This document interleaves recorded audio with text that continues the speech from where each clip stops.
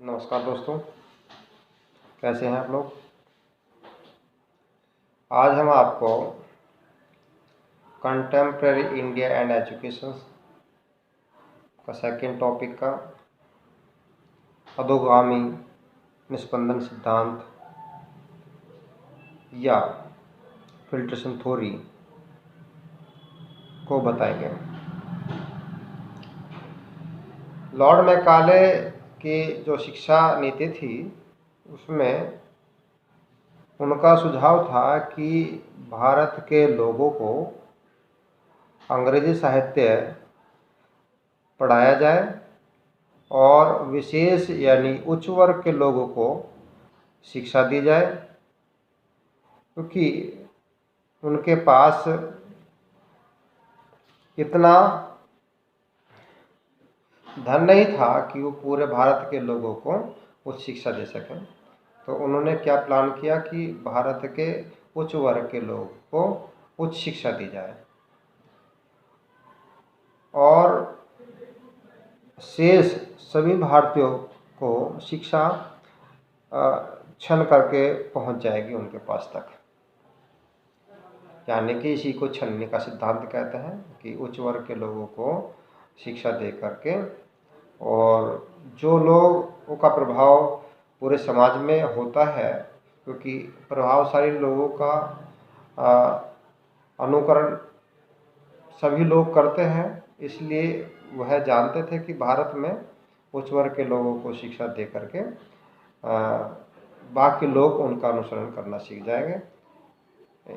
इसी को हम एक तरह से निस्पंदन सिद्धांत या फिल्ट्रेशन थ्योरी के नाम से जानते हैं। इस सिद्धांत के प्रतिपादक लॉर्ड मैकाले थे, किंतु सबसे पहले ईसाई मिशनरियों ने यह विचार दिया कि अगर भारत के उच्च वर्ग के लोग धर्म स्वीकार कर लेते हैं तो उनसे प्रभावित होकर भारत के सभी लोग ईसाई धर्म को स्वीकार कर लेंगे। दिसंबर 1823 में मुंबई के गवर्नर की काउंसिल के सदस्य वार्डन ने अपने विवरण पत्र में शिक्षा के विषय में यह कहा कि बहुत से व्यक्तियों को थोड़ा ज्ञान देने की अपेक्षा थोड़े व्यक्तियों को ज़्यादा ज्ञान दे देना उत्तम है। 1830 में कंपनी के संचालकों ने मद्रास के गवर्नर को यह परामर्श दिया कि शिक्षा की प्रगति तभी हो सकती है जब उच्च वर्ग के उन व्यक्तियों को शिक्षा प्रदान की जाए जिनके पास शिक्षा प्राप्त करने का पर्याप्त समय है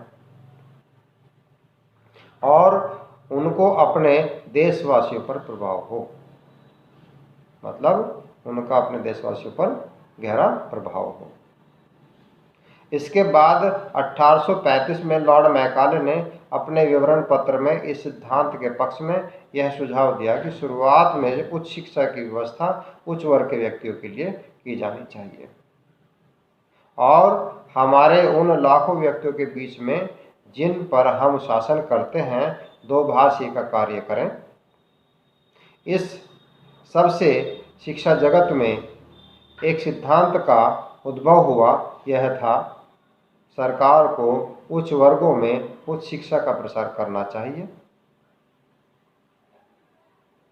उच्च वर्ग से निम्न वर्ग के लोगों तक यह शिक्षा छन छन कर पहुंच जाएगी। इसी सिद्धांत को हम निस्पंदन का सिद्धांत या अधोगामी निस्पंदन का सिद्धांत कहते हैं। शॉर्ट क्वेश्चन में आ जाता है ये क्वेश्चन। बाकी अगले टॉपिक पर कल चर्चा करेंगे। धन्यवाद।